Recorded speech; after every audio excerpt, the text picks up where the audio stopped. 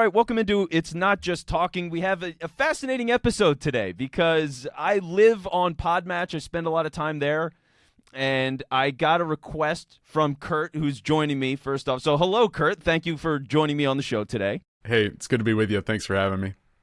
Yeah, so let's talk because you reach out and basically you have a problem that I think a lot of common podcasters have, right? Like it's that you've got a show, you're having issues with growth. So why don't you just give a little background about what the situation is that you're currently in with the show?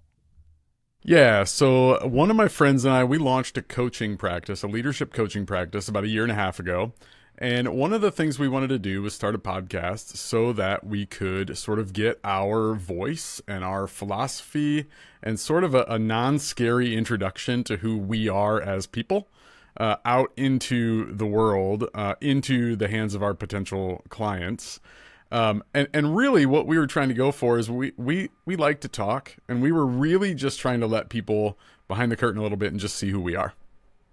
Yeah, so what we're going to do today, because, and this was at your request, which I thought was awesome and fun and exciting, was let's talk about that. Like, let's dive into the show today and go through some of the issues that you have. Let's talk about some things about the business, and then we'll just see where we can take this and what kind of things I can do to help you guys out. Yeah, sounds great.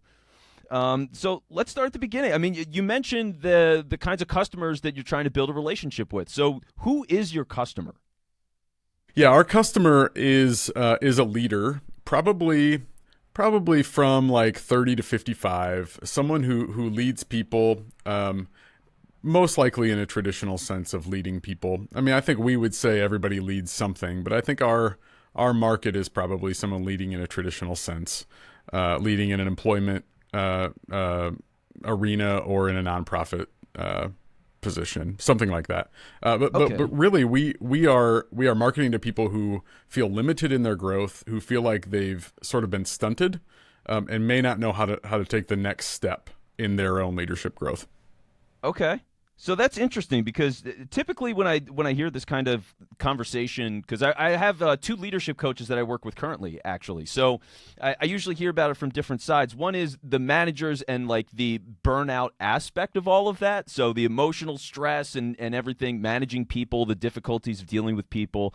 But then the other side, and this is an honest curiosity from me. I've never heard it approached from the angle of these people being stunted.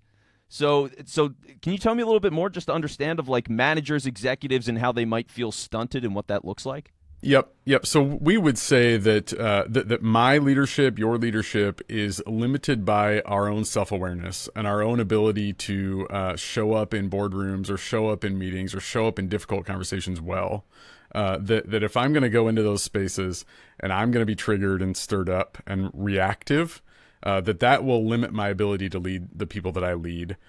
So we would really say that the silver bullet of what we try to do is to help leaders know who they are and know how they're going to react when they get in those situations so that they can take steps to show up differently, proactively rather than reactively. Okay. And so what are some of the results? Like I sign up with you guys. I'm a client at Brimstone. We work together. What does that look like, the process of working together, and what does it look like as an end result? Yeah, thanks for asking. I mean, we use what we call our transformational equation. We say E plus R equals T, encounter plus reflection equals transformation. So an encounter is anything that you face in the day that stirs you up or knocks you off of center, if you will. And we would say reflecting on that, asking questions of what happened, who was present, how did I behave, how did I show up, how would I rather show up? We believe that reflection, once you see it, you can't unsee it, and then you get to decide what to do next time. So we really do base our practice on a posture of curiosity, assuming that the solution to growth and transformation is already inside of you, and that we can ask the right question at the right time, that you can unlock it, not us, if that makes sense. Yeah, no, that totally makes sense. I completely get it. So from that standpoint, then, if I was going to work, is it like regular conversations? Is that a weekly thing? Is that a monthly thing? Is it you and Chris? Do you take people separately? What does that look like? Yeah, it's a good question. We do both. We use some group coaching that we do with organizations. We do a lot of this with nonprofits, where there are staff members that come in together, and we coach them through a process that they can start to become more aware of their tendencies and their autopilots and their default reactions. We also do one-on-one coaching, and one-on-one coaching we do say any more than once a month is too little, or any longer gap than once a month in coaching is too little. But we would say twice a month is kind of the sweet spot to have these encounters, reflect on them, and be able to kind of decide how we want to show up next time. Okay. So getting an understanding then just a little bit more about the specific profile of your kind of customer, because obviously the show being based on let's connect with those people and build it out. So nonprofits, that's great. And to understand a little bit further, what percentage of your business would you say currently is nonprofits versus other industries? Yeah, that's a really good question. We've been really surprised. I would say 60 to 70% has been nonprofits. Okay. And how did that come about, out of curiosity? Was that natural? It sounds you said unexpected, right? So, how did that come about? Yeah, Chris and I have a lot of ties into some nonprofits near us. We have some personal connections, and that always kind of helps us with an in when we know some folks. But I think what we've seen is that nonprofits are the organizations that aren't investing or don't have the money to invest in their leaders like a corporation might. So we're just finding the market for nonprofits is so much more open, because these sorts of things are just so much more uncommon in how nonprofits grow their leaders. Okay, that makes a lot of sense. And for what it's worth, a little background on me. So I've been spending time learning the nonprofit space a little bit more. We have a client currently that is a nonprofit, and then at one of the co-working spaces that I'm partnered with, they have a whole roundtable that they run on a monthly basis about nonprofits. So I'm starting to attend that and get a feel for the space and learning about that lack of resources. So. Yeah. Makes a lot of sense. And I think for you guys, here's the cool thing that I appreciate about it based on what I've seen with the show and what you've talked about, the website, everything else. Like when you're talking about emotional awareness and alignment in work, like what better place than nonprofits? Yeah. So it makes a lot of sense then. Okay. So with the clients that you currently work with then, so it's a lot of just to really recap this and make sure I've got it all right. So it's a lot of managers, executives within the nonprofit space, and you're working with them on an individual basis, right? Yeah. Individual and group. We have done a number of group coaching with nonprofits as well. Okay, so that's great. What would you say is your main offering? You don't necessarily have to get into pricing, especially because, hey, we're recording this, which I appreciate, by the way. I love, it's a quick side tangent. I love, and I will say, absolute guts that you have to be like, hey, I'm going to hop on a show. I want to talk to this guy live about, well, we're not live, but, I want to talk to him in a recorded format about the business. So I respect the hell out of that. I think it's awesome on your part, and I hope that people get value out of this. So, so talk to me a little bit. Like, what would you say in terms of your product offer? What is the main thing that you guys sell? Yep. So from a group perspective, I mean, individual coaching is so tailored, right? It's hard to answer that for one-on-one, but for groups, we offer a workshop on what we would call promises.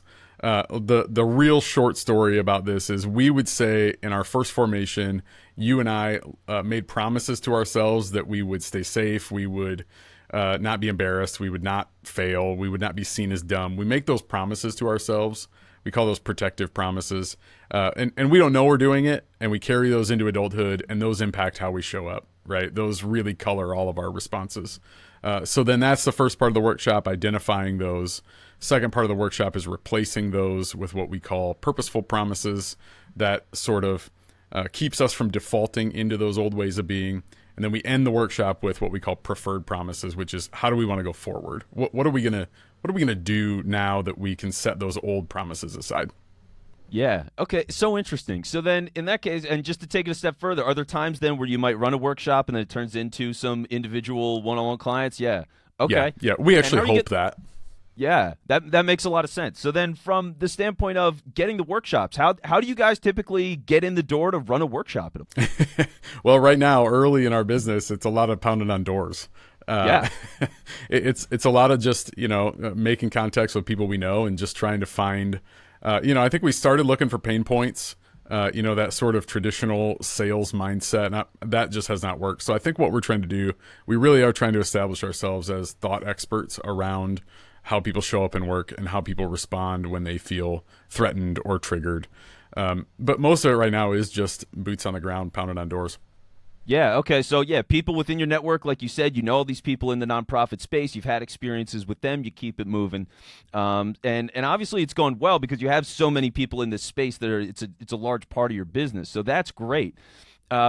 Outside of the knocking on doors and doing all that stuff, like, are you guys? Do you have any testimonials, for example, around those workshops?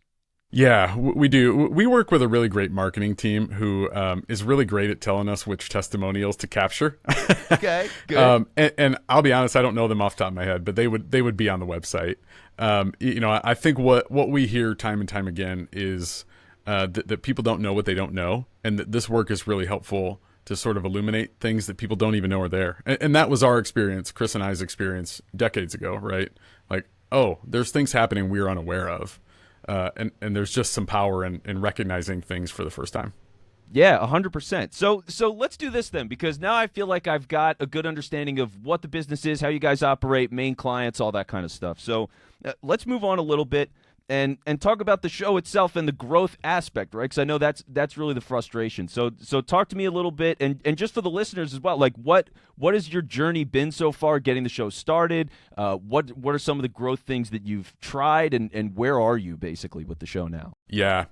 So when we launched this, I think we're 28 episodes in right now. I think 27 are public. We might have 30 in the can or something like that. But when we started, I think we imagined that we could record ourselves talking and people would listen.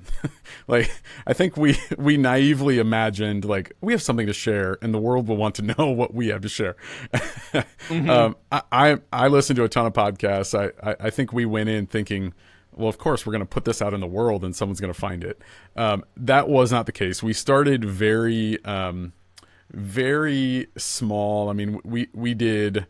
Amazon mics with Zoom. I think we even started with without video. We started with no video, just audio with some cheap Amazon mics. Our marketing people said, you got to be on video. You have to be on video. So we started doing video again with some cheap mics. We invested in some better mics. And I think what's true is that we have a network that listens regularly. Our very small listener base listens really faithfully. The same people, like we get text message all the time, that people will text us and say, hey, I love this part of the pod. But it's the same people all the time. And it's people from our network, right? It's people that are listening because they know Chris and I.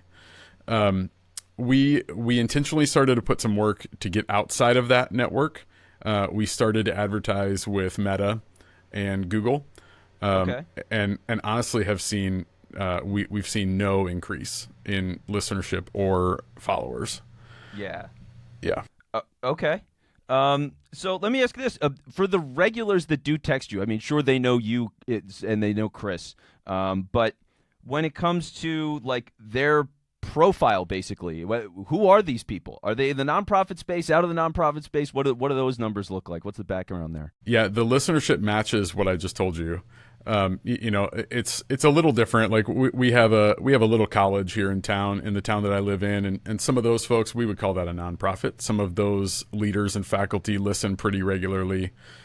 Some other nonprofit leaders, I would say our audience matches that. Like 60% are deeply involved with a nonprofit one way or another. Okay, faculty's interesting. That makes a lot of sense. I mean, teachers, man, like what a brutal job for people who do such a great and important thing. Yeah, absolutely. That's tough. Okay, but that makes a lot of sense, and I think that helps like solidify some things vision wise that I see for the show. So we'll get to that shortly. But I do want to talk just a little bit about advertising and everything else around the show. So ways you're getting out, because I've seen that you guys have posted clips, LinkedIn, for example. You've got the clips, Instagram. So all of that is good. Yep. When it comes to other places and knowing that you have a marketing team, like what's the relationship between the show and marketing? What does that whole process look like? Yeah, so up until recently, the podcast was the main focus of our marketing energy. The main focus was, hey, let's get eyes and ears on the podcast as a way to drive people to the website. I think what we decided about a month ago was we haven't seen enough return on our investment that we needed to pause on that. We have some exciting stuff coming up that we shifted our marketing money to, but that advertising money had to go somewhere else, and mainly just because we just weren't seeing any results. But there was, I don't know, 3 or 4 months that all of our marketing energy was going to the podcast. Yeah. Okay, and so everything was doing that, and then it's getting the clips out. And do you guys have a newsletter? We do, yeah, quarterly newsletter. Yep. Okay, and is the podcast in the newsletter as well? Okay, and I know it's on the site, so that's all well and good. I mean, for me, so I'm gonna actually pull up your podcast, so because I want to look at seeing the show itself. And I want to talk a little bit about the language around the show, because my initial read would be looking at everything you guys have based on what your company is and the everything that we've talked about with the kinds of people that you're talking to. Then I think your main issue, and knowing the advertising as well, to do Meta and Google ads and not see any response when the people who get it love you guys, like you clearly have some super fans that are baked into the show. Yeah. I think you've got a language issue basically with the show. That would be my number one feeling. Okay. And I'll say this for a couple of reasons. So one is I look at the name of the show, and it's called the Brimstone Coaching Podcast. Now, the thing is, obviously you guys are Brimstone Coaching Group, so that I get why you go A to B that way. But if I'm the average person and I don't know who you guys are, and I see Brimstone Coaching Podcast, I have no idea what that is. Yeah, that's fair. So what I would recommend is switching the name of the show and the messaging around it, because to follow that up, like, you want to get something where people read this and they go, okay, I at the very least have some curiosity about what this show is, but ideally they look at your show and go, I know exactly what this is, and this might be for me. Yeah. And you want them to read on. So you can keep your logo on there, you know what I mean? Like, hey, that's totally good. But you want people to look at this and go like, okay, this looks like and feels like my issue, and this is a fit for me. Yeah. So, yeah, I would take some time and evaluate that. The name of the show for sure, the cover image to go with that, so something that reflects the kinds of people that you're talking about. And I'll take that even further, because I'm going to read the about section, the description for the show. So, welcome to the Brimstone Coaching Podcast. At the Brimstone Coaching Group, we, Kurt Busch and Chris Godfredson, is that how you say it? Yeah. There we go. Look at me. Have a number of deeply held convictions. For starters, we believe that no one has to go through life constantly feeling exhausted and overloaded. Like, that's interesting, right? But it's taking too long for people to get there. Yeah. So what I would tell you, and again, this all goes back to the branding. I think you obviously, nonprofits are your main thing, but I do think the faculty angle is interesting, and it is related. So if I were you, I'm sitting in your position. I look at this as your show isn't pointed enough for service-based professionals. Sure. And right? And like, if you can start moving the show that way and the messaging of the show that way, I think it pops a little bit more, and it's going to resonate even further with the people that truly love you guys and know what you're about. Yeah. Because then I see that, and it's like, okay, well, a service-based professional, as a teacher, I could see myself as a service-based professional. I'm in the nonprofit space. I'm a service-based professional. Like, all the people that you're working with and talking to currently, you're just making the show more for them. Yeah. And as much as you can drive that point home up front of, hey, are you a service-based professional that feels blocked in your career, struggling to connect, and, you know, anything else of those main problems? Like, that's line one of your description. Yeah, you know, sure. just like right off the bat. So as soon as people see this, they go, oh, yeah, no, this is everything that I thought. Yeah. So, so that makes sense? That feels good? Yeah, absolutely. You know, it's funny you say that, and like we evaluate those things on the website, on the newsletters, all those things, and we've never once talked about this for the podcast. So, I mean, there's like a light bulb that just came on for sure. That's what I'm here for. You know, that's what it's all about. So, Okay, awesome. Because yeah, I really think that is the number. Like, if I was going to tell you to do anything, like we'll talk about other stuff. We'll cover a little bit more ground because I think it's fascinating what you're doing. I respect what you're doing because these are the kinds of people that absolutely do need help and support. And there's some other fine tuning things to talk about. But yeah, numbers 1 through 5 on your list of priority, like rebrand the show, get that logo right, get the title right, change the description, and let people know. But your diehards will stick with you. You're not. If anything, they're going to be more reinforced by this. And if there's ways you can include them in the process, like, hey, we've got 3 names for what we're going to rebrand the show to. What do you like? Let those people know. If you can, if I'm a diehard and I text you about the show, and then you're reaching out to me to say, hey, what do you think we should call this thing, or which logo cover do you like? You know what I mean? Like, play around with that, man. You've got the crowd for it. See what happens, and then they'll feel more engaged in those super fans to get them to advocate. You know what I mean? Like, they'll talk about your show at a party because you've included them in the process. Like, that's a cool thing. I love that. That's great. Awesome. So yeah, so let's do that. We're gonna say that's the main priority is you and Chris sit down, and the marketing people as well. Like, as much as they're connected to this, and let's go there in a second. But yeah, I'll sit down and just figure out that overall branding for the show because I think that's your number one issue for sure. Yeah, cool. If you're listening to this, chances are that your business podcast is struggling, but you're not sure what's holding it back. That's why I created the Podcast Compass Quiz. And in just 5 minutes, you'll get clarity on what's working, what's not, and where to focus your energy next. Best part? It's completely free. So hit the link in the show notes to take the quiz now.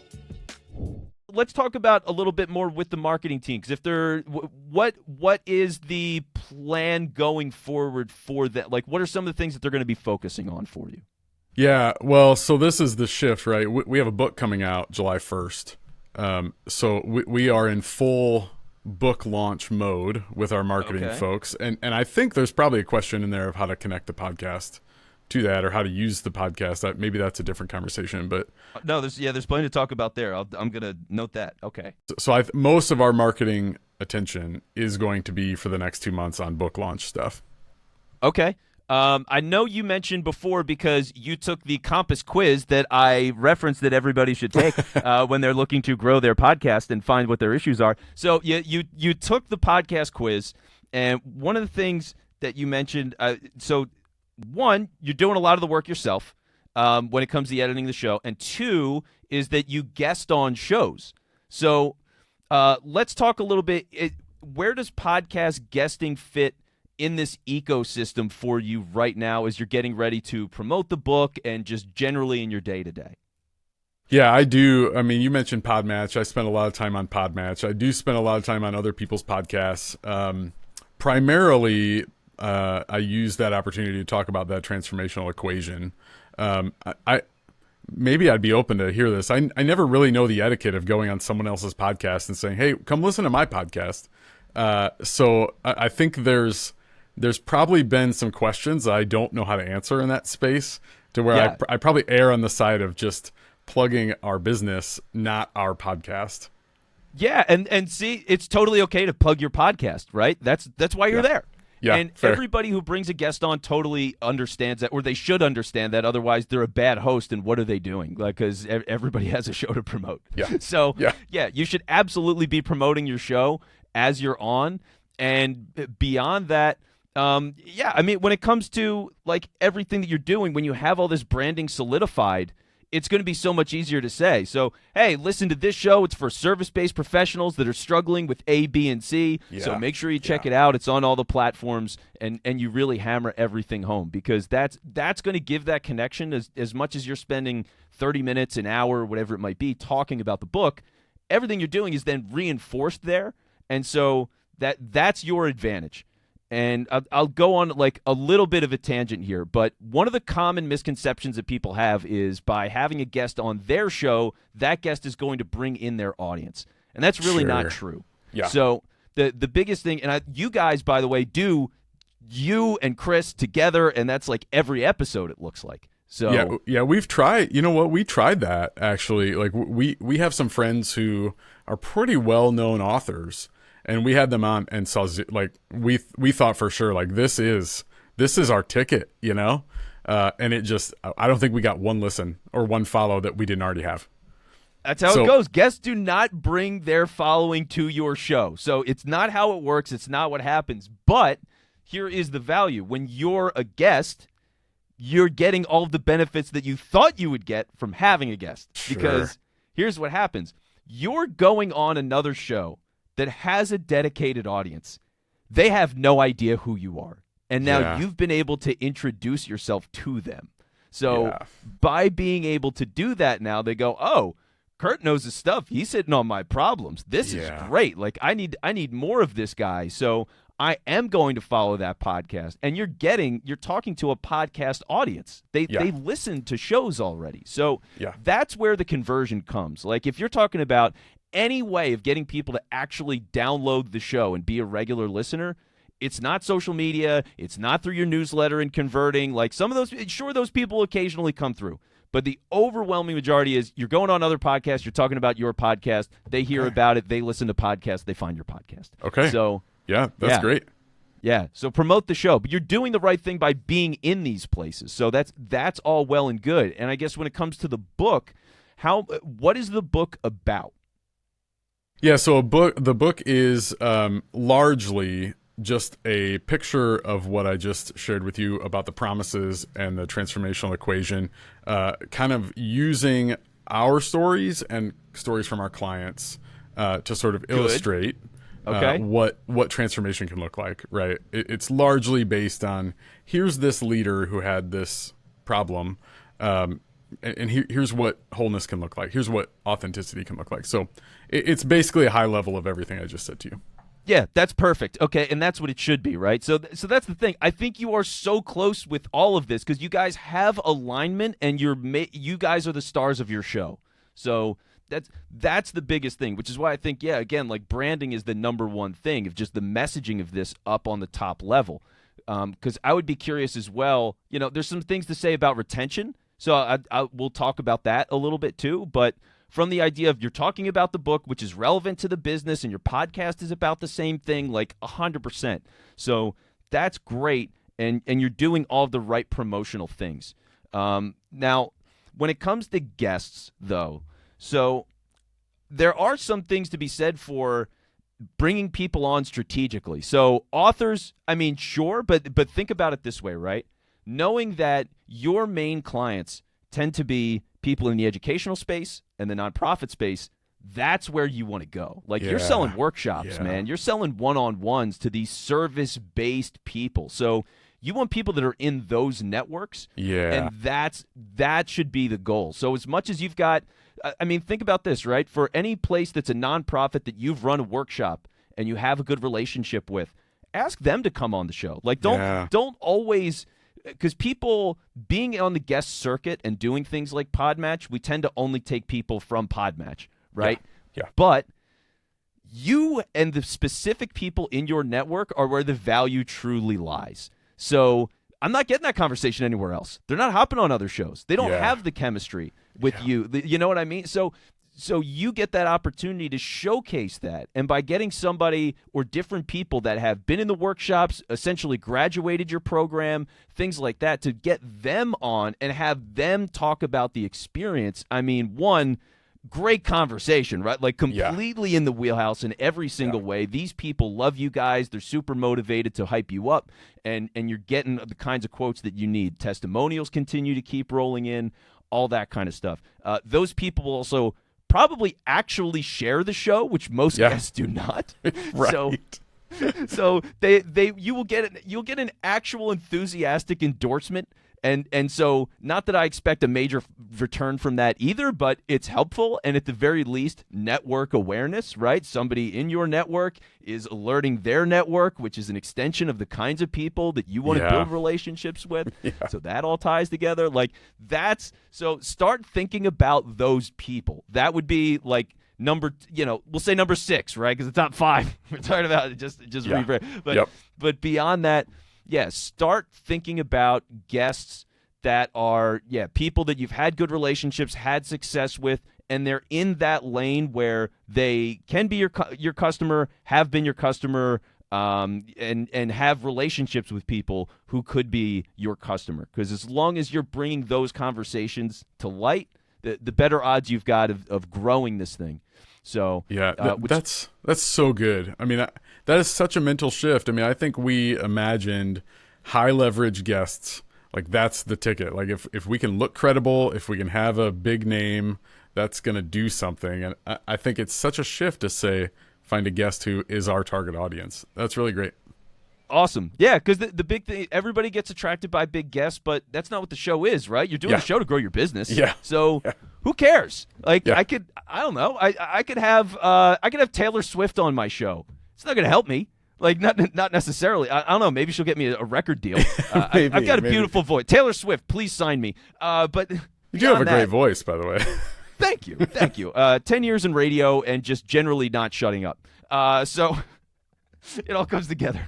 But yeah, I mean that's it, man. Like the show is for your business, the book is for your business. You're doing all of this in unison. The kinds of people that you want to talk about, the topics that you're discussing, like all of it's in the same space. And that would be my challenge too, to take that a step further when you think about the kinds of topics that you cover on the show. Yeah. Because it seems like, generally speaking, you are in the right place. You're talking about those kinds of problems. But as much as you can continue to tweak it and specify it to these people of, hey, as a service-based executive, or as a service-based worker, like you are probably dragged down by A, B, and C. And to be able to talk about those issues in a way where now all of the experiences that you're talking about are directly relevant from clients, from your personal experience. Yeah. You're able to give the offhand color to the situation that is their world. Like everything becomes more specific and real to those people. Yeah. So that's great. That's awesome. So that's going to be the next layer. And then I'm trying to think of anything else here. Out of curiosity, what's the title for the book? The title of the book is Live Fully, Lead Authentically. The subtitle is The Surprising Link Between Self-Awareness and Your Impact. Awesome. Okay. So I love that, and that's a thing that can get you on so many shows. I mean, for the strategy. So let's talk guest strategy. Like, what are some of the shows that do you have? I'll back that up. What is your approach to getting booked on these shows? Well, so new to Podmatch, right? I think the strategy has been, I'm going to get on as many shows as I can, and I'm going to practice, right? I've been on a lot of shows that have 2 or 3 listeners, 2 or 3 views, and that's really just to like get good at it. That's to get better at it. I don't know that I have a strategy yet for the book. I don't know that I've put any time yet in actually figuring out how to connect with hosts who want an author versus, that old strategy of I'm going to go wherever somebody will take me. So I think I need to be a little more serious about that. Well, here's the thing. I think you should categorize yourself differently, because it's not about whether or not they want an author. You happen to have a book, but you're a coach, man. Like you're helping people in the service-based, like service-based. Like that's the mission. So it's they want you on as that guy, as that expert. So when you're thinking about guest strategy, now you're talking about things like, I'm going to get on shows for business people. I'm going to get on shows about nonprofits. I'm going to get on shows about personal well-being and life balance. There's a ton of those shows out there. Yeah. And generally small audiences. Like I let's be real about it. There's a million shows out there that do it. So by nature, they're not going to have a big audience. But it is opportunity, and I would figure plenty of those people are in the nonprofit space. And you know what I mean? So that as much as you can target those shows and really gear everything strategically around that, I think it's going to set you up in such a nice way to, again, you're just talking to everybody who wants to hear it anyway. It's such a win. Yeah. Well, I think it's so helpful. I mean, I even go back to just to the clarity of like, yes, plug your podcast. I mean, that feels so helpful and feels like such a different approach already. So I get that. Awesome. So we've covered so much ground, just like with the show itself, the overall approach of it. We've talked about guest strategy. We've talked about episode topics, like everything. So with that, I know we've covered all of that. Are there other things on your mind right now in particular you think are like top-level stuff that you'd like to talk about? I think I have a lot of curiosity around quality. like what role does quality play, and when is quality too low, right? Like where is the bar where someone's gonna say this is too low quality for me? So quality, I think, is overrated at times. You can get away with bad quality because a lot of people produce stuff with bad quality is the Yeah. fact of the matter. I'll say this, right now the setup that you've got is good. I would not worry about that. If you're recording on Zoom, eventually I would consider something different. We do this on Riverside. That's where we're meeting right now, but something that gets you a higher quality video Yeah. feed. Yeah. And it gives you some different options with editing, something to grow into. But for now, going from an audio show to incorporating video into things and having video clips, that's a great place to be. So I wouldn't worry too much about that. And editing ahs and ums, that kind of stuff gets totally overrated. So don't time suck, the day away just trying to edit out ahs and ums. People don't really care that much unless it's a complete crutch. Yeah. So Yeah. what fair. I would say is more than anything is make sure that the content is sharp. And that's really, it's the message more than anything, right? So one of the things, and I mentioned earlier, retention. And so that could be part of this as well, is people are checking out the show, but then what happens is they're turning on to that first minute and they're going, yeah, I'm going to go to something else. And so what I would recommend is being really tight up front, because I know from what I've heard, I checked a couple of episodes before we sat down to do this conversation, and it was a little bit of music, and then sometimes there was an ad that would be up front, and then you're getting into the show, and it's like a little bit of a warm intro, like, hey, how you doing? And then you're getting into the topic. Hit people with what that topic's going to be right up front. Right Like, up front. Okay. Get into it. If you want music for a second or two, like, fine. You can do like, hey, a little bit of music, da-na-na-na-na, Taylor signed me, and then, hey, everybody, welcome to the show. Well, today we're going to talk about this issue for this specific thing. Yes. I'm Kurt. This is Chris. You know what I mean? Like, that way people know, right? You're giving them something immediately that they can hold on to. Yeah. And it makes them say, yes, I'm going to stick around for this. But if they don't know what it is and they have to wait to warm up, they don't have the patience for it. Yeah. So that's going to be a big one. But Sure. That's so good. I mean, yeah, there's such a shift here. I mean, I think with the mindset of saying we're going to let people into a conversation, I think that's shaped how we kind of slow roll that. But I think it's really helpful to think about trying it differently. Yeah, thanks for saying that. yeah, because you can still have all the personal and fun stuff that's connected to the show. You can do that up front still, but it just shouldn't be the first thing that you do. Yeah. And that way you should be setting people up. So, yeah, today on the show, we're going to talk about this issue, and I'm really excited to get into it because I got to tell you, with the number of clients we've worked with, they have had this problem, and it has destroyed them. Yeah. Until they started working with us. So we'll get to those answers in just a couple of minutes. But first, Chris, how's it going, man? Like, what do you do? Like that. Yeah. That's the flow, and it's going to make it a little easier for you. So as you're planning these episodes, what is that hook up top? What is that strong statement? Yeah. And from there, see where that goes to. Yeah. So, Love that. cool. And then the only other thing I would say based on the conversations that we've had is, I know that you mentioned on the quiz that sometimes you have a call to action that's connected to the show. So script that in somewhere. Because if you want to run an ad at some point, no problem. Like, run an ad for your business, have a call to action for people somewhere in the show that's driving them somewhere. But what I would tell you to do is don't treat it like, oh, I'll do it.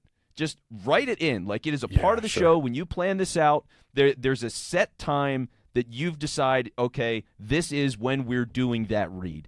And ideally, it's somewhere like a little bit in the content, because then, so coming up next, we're going to give you 3 solutions on how to deal with this problem. It's right after this. And like, it's a little radio of me, but that's the idea. Yeah. And it'll give people the incentive to stick through it. Right? So reason to listen to that ad. But you've already built some trust and energy as well. Sure. Yeah, because that's the problem sometimes when you're doing an ad up front is, I don't know you, I'm not 100% committed to this show, and the first thing that happens as soon as I plug in is you're selling me something. Like, I haven't trusted you yet. Yeah. So, yeah, by building that up, that should help a little bit and see the numbers climb a little. So that's big picture. But any follow-ups on that, by the way, before I move on? No, I don't think so. I don't think I know what I don't know, but I'm taking notes furiously here. I think I'm good. This is great. Cool. So, and this is recorded, so all the better. We'll be able to listen back as much as you need to. So that's all well and good. I want to talk a little bit though about growth from another side, because obviously growth a lot of times is we're thinking about the downloads, how many people are listening to the show. Are you tracking your social media data? Um, yes, I am not. Chris, someone is. Okay. I don't know how to answer yeah, that. that's all right. But think about this too, right? Especially for a show in your situation, and this is a lot of the people. It's really everybody that I work with, and me included. So I don't have a large audience. I help business owners with podcasts. Like I'm a very niche lane, you know. So I'm not going to blow up. I'm not going to get tens of thousands of downloads. Like I know I have a clear ceiling, and that's fine. This is a business development tool. But the thing about it is, I use my podcast when we launched this. It was a social media play. I literally did not care about the downloads. We didn't look at them. It didn't matter. We didn't look at it until maybe 3 months into the show. And even then, the numbers were bad because it wasn't our main goal. Our whole goal at the time was social media. We want to post consistently. We want to connect with people on there. We want our engagement rates to go up. We want the overall views up. Like, we just needed it to be that when people went on their feed, they saw us, they know what we do, and if anything came up in that space, we were top of mind. That was the number one goal. And so that's what we tracked was, okay, what does our posting look like on the regular? How much of a boost has that been? And if your metrics have been set up for a while and you've been doing the show for a year, there's a chance that you can see what your metrics looked like before you started the show and after you started the show. Yeah, and that's good. You might have a bigger boost than you think. You know what I mean? Yeah, absolutely. So don't worry too much about the numbers themselves. They come in time and you have dedicated people and like it will grow. But as long as your awareness is growing and you're generating these conversations with people who are, potential workshops and one-on-one clients, you're doing the job. It's business development. So it's just whatever it costs you to do that. But, I mean, it's pretty light production. So it shouldn't be too expensive. So that's the thing. Like, pay attention to your social media numbers, see what they look like, see what platforms do well, look at your posting times for all of this. Are your clips coming out at a time where people are on LinkedIn? Are they on Instagram? Like, how much attention is paid to each platform and where should it be focused? Because for you guys now, because before I was looking at the show and it's like, okay, you cover so much emotional ground that it might be that there's a lot of average people that aren't, it's pretty broad. But knowing that you're talking to nonprofits, you're talking to teachers. I mean, I don't know how many teachers are on LinkedIn necessarily. Professors, maybe? Maybe from a higher level they are, but for sure nonprofit people are on LinkedIn. And so putting the energy there and connecting with people in that space, that's going to be the kind of thing where it's like, all right, well, is our LinkedIn account growing? And that can be you personally, Chris, that can be the business account, like however you guys want to play that. I did it for me to start where I had like 500 followers. So rather than start at 0 with the company, I was like, I'm going to drive this as a personal thing to start, and I'm just going to be the face of the business, and people will associate it with me, and that's how we're going to sell. Yeah. And so if that's how good. it is for you guys, that you have big followings, great. Like, start trickling in stuff towards the business, but lean into the numbers that you've got, post on your personal accounts, and leverage that, man, because like that's going to be your growth opportunity, and that's where you're really going to see the value. Yeah, love that. Cool. So, yeah, I mean, with that, honestly, like, I don't want to give you anything else at this point. You know what I mean? Like, I feel like that's plenty to work on. I think so. Right? Yeah. So it's a lot of stuff to think about. It's a lot of stuff to process, and it's going to take a while to see how these things change over, right? This is all an evolution. I always look at it like it's such a dumb analogy, but it sticks in my head. You know, like on a riverside where there's like that giant wheel that takes in the water at the mill? Mm-hmm. It's kind of what it is. It's this big thing, and you're not replacing it. It's not something, you're just slowly rolling it over, and it's always a little bit different each time that it's dipping in, and that's how this process works. So just keep churning away as you're building all of this out, but know that like this is your roadmap now, right? Like everything, it's truly branded towards the specific people that you do business with. You're posting on the platforms where those people are. You want to do it at a time that they're on those platforms. You want to invite those people onto the show and leverage those connections. And by tying all of that stuff together, guesting on shows with the book, like it puts you in such a good position. And just by nature of doing all of that, like more people will know who you are. You're going to get more exposure, and it should lead to you getting more clients in the door. Yeah, that's really great. That's super helpful. Cool. So yeah, Kurt, that's all I got, man. But honestly, thank you. I said it up front, but really, I genuinely appreciate you having the willingness and the guts to come out and just be like, I'm going to talk about this thing, share all this stuff. Like, let's talk about these issues, because I think a lot of people are scared to do it, and naturally so. Like, hey, I don't have these big numbers. What's wrong with me? But everybody deals with this, and it's so common. So yeah, respect to you, man. Like, I really appreciate it, and I'm happy to be able to help you because I really genuinely appreciate what you do. Well, thank you. And like, I want to say thank you to you too. I mean, I kind of sent that request out as kind of a Hail Mary, trying to look for some help. So thanks for responding. Like, thanks for giving me the time. This is great. Yeah. So, and if anybody else is interested in doing this, like, feel free to reach out. You've got me on LinkedIn, or if you're on Podmatch, and this is how wherever you find it, you can go to the show notes to find a way to contact us. But I would be happy to do this with anybody who's really willing to have the honest conversation. So I appreciate the honesty. And Kurt, let's check back. You know, let's follow up. It doesn't have to be an episode, but at the very least, let's keep in touch. Let's see how everything's going. Would love to hear how things are growing for you guys. Yeah, sounds great, man. Thanks for listening to the show. Make sure to subscribe to the newsletter to get more podcast insights. That link is in the show notes.